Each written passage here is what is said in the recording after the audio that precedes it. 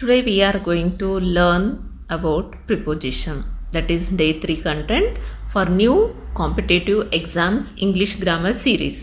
Today I am going to explain about prepositions completely with the Kannada meaning, examples, practice question answers and MCQs. This session is very perfect for TET, CET, PSI, PC, PDO, KPSC, SSC, etc. So keep tuning up to last. Day 3 prepositions.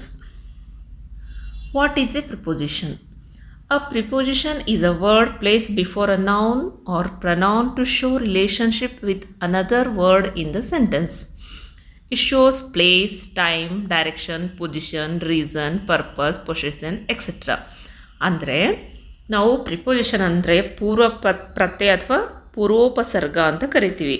ಸಂಬಂಧವನ್ನು ತೋರಿಸುವ ಪದ ಅಂತ ಹೇಳ್ತೀವಿ. ಇದನ್ನು ನೌನ್ಗಿಂತ ಮುಂಚೆ ಅಥವಾ ನೌನ ನಂತರ, ಸರ್ವನಾಮದಕ್ಕಿಂತ ಮುಂಚೆ ಅಥವಾ ಸರ್ವನಾಮದ ನಂತರ ಇದನ್ನು ಹೆಚ್ಚಾಗಿ ನಾವು ಬಳಸ್ತೀವಿ ಅಂತ. ಎಕ್ಸಾಂಪಲ್ಸ್ಗಳನ್ನು ನೋಡೋದಾದರೆ, the book is on the table. On ಅಂದರೆ ಮೇಲೆ. She sat under the tree, ಕೆಳಗೆ. ಹಿ ಕೇಮ್ ಫ್ರಮ್ ಮೈಸೂರು, ಇಂದ, ಮೈಸೂರಿಂದ ಅಂತ. We will meet at 6 PM, ಇಲ್ಲಿ ಸಮಯವನ್ನು ಹೇಳ್ತಕ್ಕಂಥದ್ದು. Types of prepositions. Prepositions of time, ಸಮಯವನ್ನು ತೋರಿಸುವುದು. ಸಮಯವನ್ನು ತೋರಿಸುವಾಗ ನಾವು ಯಾವ ಪ್ರಿಪೋಸಿಷನ್ಸ್ಗಳನ್ನು ಬಳಸ್ತೀವಿ ಅಂದರೆ at, in, on, during, before, after, since, for, by, from, to. Examples: I wake up at 6 AM. She was born on Monday.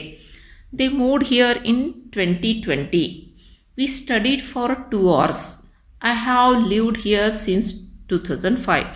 ಇವೆಲ್ಲವೂ ಕೂಡ ಸಮಯವನ್ನು ಹೇಳ್ತಕ್ಕಂಥದ್ದು ಅಂತ. ಪ್ರಿಪೋಸಿಷನ್ಸ್ ಆಫ್ ಪ್ಲೇಸ್, ಸ್ಥಳವನ್ನು ತೋರಿಸುವವು. In, on, at, under, behind, between, among, near, beside. ಈ ಎಲ್ಲ ಪದಗಳು ಕೂಡ ನಮಗೆ ಸ್ಥಳವನ್ನು ತೋರಿಸ್ತವೆ ಅಂತ. Examples: he is at home. The cat is under the table. The temple is near my house. Share the chocolate between 2 kids. Share the sweets among many kids. ಈ ರೀತಿಯಾಗಿ ಬಿಟ್ವೀನ್, ಅಮಾಂಗ್, ನಿಯರ್ ಅಂತ ಇದೆಯಲ್ಲ, ಈ ಎಲ್ಲ ಪದಗಳು ಕೂಡ prepositions ಅಂತ ಕರಿತೀವಿ.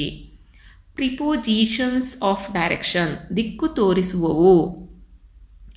To, into, onto, towards, through, across, along. Examples: she went to school. The dog jumped into the water.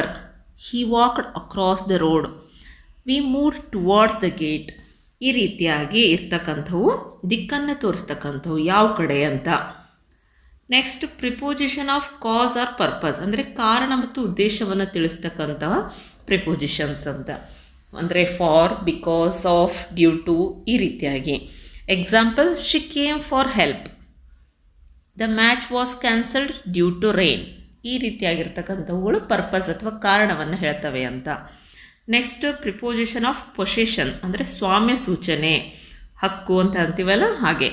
Of with. Examples: the legs of the table. The girl with blue eyes. ಈ ರೀತಿಯಾಗಿ.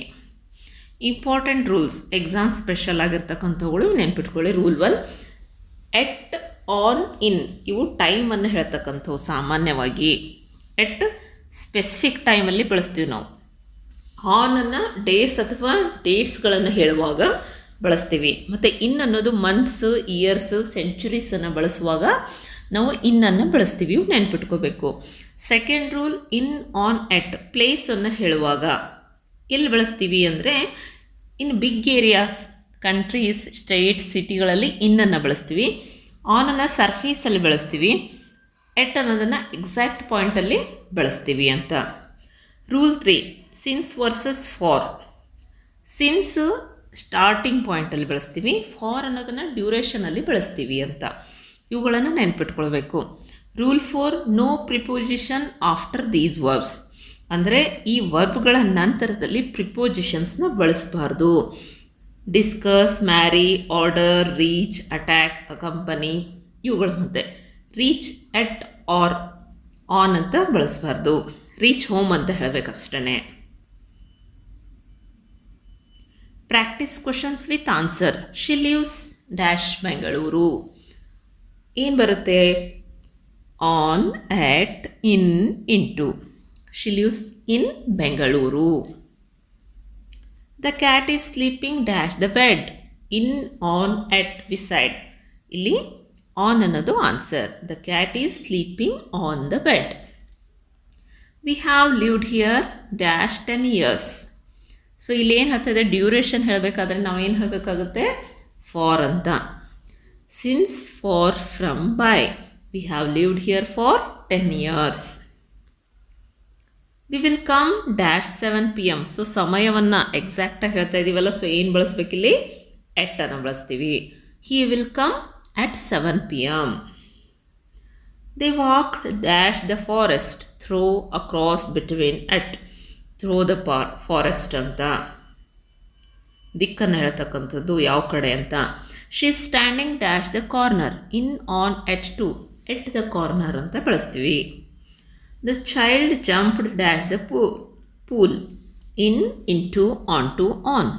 ಅಂದರೆ pool ಒಳಗಡೆ ಅಂತ ಹೇಳಬೇಕಾದ್ರೆ ನಾವು into ಅನ್ನು ಬಳಸ್ತೀವಿ. This gift is dash you. To, from, at, for you ಅಂತ. The school is located dash the river. Between, across, along, under. Along the river ಅಂತ. The meeting was postponed heavy rain. ಅಂದರೆ ಕಾರಣ, purpose, due to ಅಂತ ಬರುತ್ತೆ ಇಲ್ಲಿ. The meeting was postponed for heavy rain. Okay, so ಇಲ್ಲಿಗೆ ಇವತ್ತಿನ ಒಂದು class ಮುಕ್ತಾಯ ಆಗುತ್ತೆ. ನಿಮ್ಮೆಲ್ಲರಿಗೂ ಕೂಡ ಪ್ರಿಪೋಸಿಷನ್ಸ್ ಅರ್ಥ ಆಗಿದೆ ಅಂದ್ಕೊಳ್ತೀನಿ. If you have understood the preposition easily and clearly, please press the like button and don't forget to subscribe my channel. If possible, share to your friends. Thank you for watching. Keep tuning with us. Thank you.